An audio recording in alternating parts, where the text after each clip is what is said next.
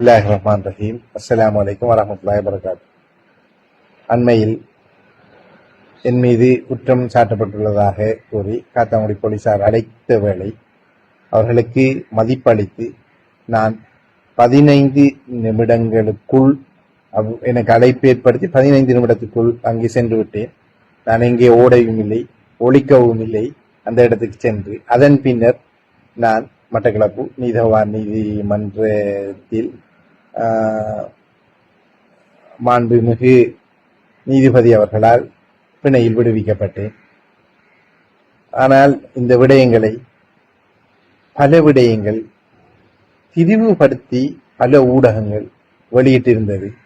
அவ்வேளை அனைவரும் கூறினர் இவ்விடயம் சம்பந்தமாக பேசுங்கள் என்று.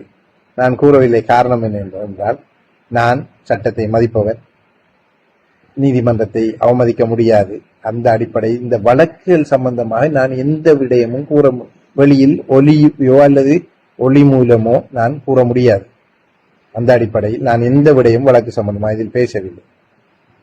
ஊடகங்கள் ஏன் இந்த அளவுக்கு தங்களது டிஆர்பி ரேட்டிங்கை கூட்டுவதற்காக நடக்காத விடயங்களை எல்லாம் கூறி அதை சோடித்து கூறினார்களோ தெரியவில்லை. ஊடகத்தில் ஒரு சில, அனைவரும் அல்ல, ஒரு சில ஊடகவியலாளர்கள் மனிதர்களின் கழிவுகளை சாப்பிட்டுத்தான் வாழ்கின்றார்கள் என்பது போன்று இந்த செயற்பாடு தெரிகின்றது. அன்புக்கினிய சகோதரர்களே, இந்த விடயத்தில் என் மீது காழ்ப்புணர்வு கொண்டவர்களும் அதே போன்று இந்த ஊரின் மீது காழ்ப்புணர்வு கொண்ட ஒரு சில ஊடகவியலாளர்களும் மிகவும் மோசமாக நடந்து கொண்டனர். உண்மையில் நான் இந்த விடயத்தில் அழிவு சத்தியம் செய்கின்றேன். நான் இந்த விடயத்தை மேற்கொள்ளவில்லை என்று அதை மாத்திரம்தான் என்னால் கூற முடியும். அதே போன்று எனது கட்சியை நான் பெரிதும் மதிக்கின்றேன். கட்சியின் தலைவர் தவிசாளர்களுக்கு எப்போதும் அபவிருத்தி ஏற்படுத்தும் அளவுக்கு நான் நடக்க மாட்டேன். கடந்த 20 வருடம் 25 வருடத்துக்கு மேலாக நான் அரசியலில் இருக்கின்றேன். தற்போது செய்து கொண்டிருக்கும் அரசியல் பணியை விட பல மடங்கு பாதுகாப்பாகவும் திடமாகவும் நான் எதிர்காலங்களில் அரசியல் பணியை மேற்கொள்வேன்.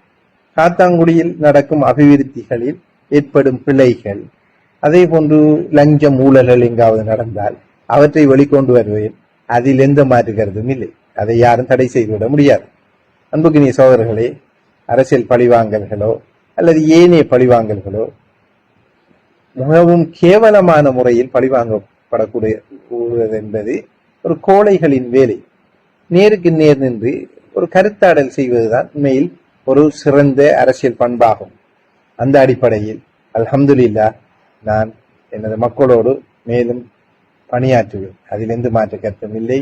இன்ஷா அல்லாஹ் இந்த வழக்கின் மூலம் நான் நிச்சயம் நிரபராதி என்பதை நிரூபிப்பேன். எனது அன்புக்குரிய சகோதரர்களே, என்னோடு நீங்கள் போலீஸுக்கு வந்து பார்த்தீர்கள், அதை ஒன்று வீட்டை வந்து பார்த்தீர்கள், தொலைபேசி எடுத்திருந்தீர்கள். எத்தனையோ நூற்றுக்கணக்கான சகோதரர்கள் என்னை வந்து நேரில் சந்தித்தீர்கள்.